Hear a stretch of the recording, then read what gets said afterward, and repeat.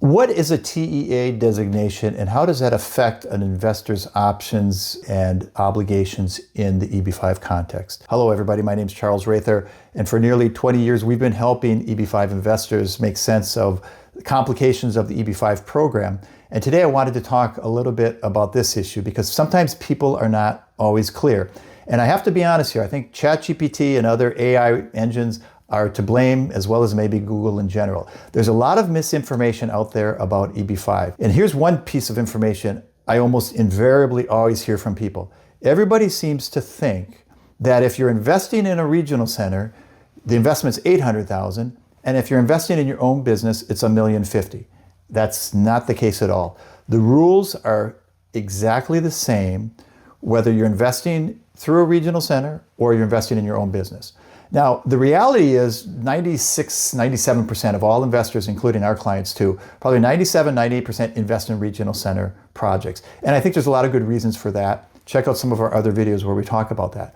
But if you're in a situation where you're looking at a direct investment in your own company or a company of a friend, the rules equally apply to that scenario as to a regional center. Meaning, if you're investing in a rural area, it's $800,000.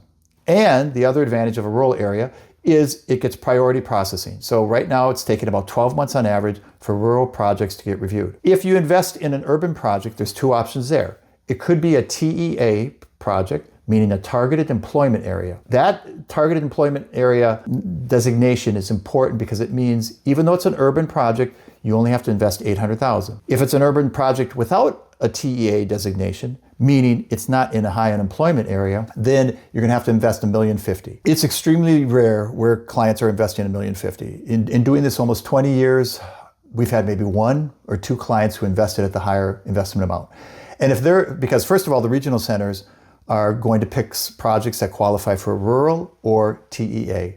And if you're investing in your own business, the vast majority of clients are going to say, look, if I can avoid freezing up another $250,000 by launching my business in a high unemployment area, they'll just move the location of the business. So even when people are investing in their own businesses, they just select those businesses where they can get the TEA designation, or it would be a rural area, just to avoid having to freeze up another $250,000. Now, when you're looking at a project to invest in, you should always look at all aspects of the project. The TEA and the rural designation are very important, but that's not where the analysis should stop. You should look certainly at other factors such as the job creation. You look at the job cushion, which is what we call, that's the excess jobs that are created, because that gives you a little cushion. If things don't go exactly as planned, and they have to reduce the investment amount by 10%, you're still protected because enough jobs will be created. You also want to look at the track record, both of the regional center and the developer, because remember, those are separate entities. Now, when we work with regional centers, and there's maybe a list of 5 or 6 regional centers that we've worked with a lot and we trust them. So if you want suggestions, recommendations, we're happy to share with you that information. And we rely in large part on the due diligence and judgments of these regional centers when they're selecting the developers and the projects. And some developers have had multiple EB-5 projects in the past. For some, it might be their first time, around the block. But again, if it's being managed by an experienced and capable regional center, I think generally you don't have to worry too much if the developer doesn't have that much EB-5 experience. In addition, you want to make sure that the investment will be sustained over the minimum period. Now, under the new regs that were passed either earlier this year in 2026 or late 2025, the government has made it really clear, and this has been to the advantage of investors, you only need to keep the money in the project for 2 years.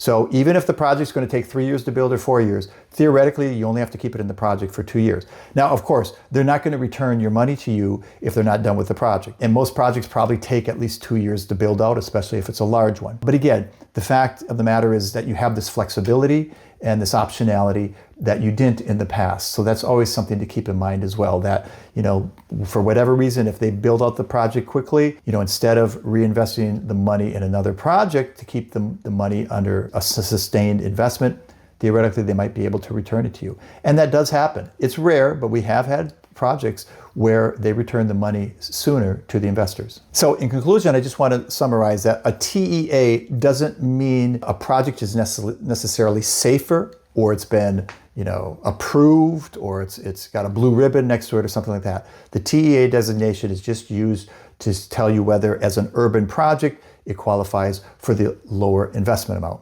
If you have some questions about the EB-5 and how to make sense of all this, please feel free to reach out to us in order to develop a viable and successful strategy for you and your family, whether it's EB-5 or any other option of transitioning to the US.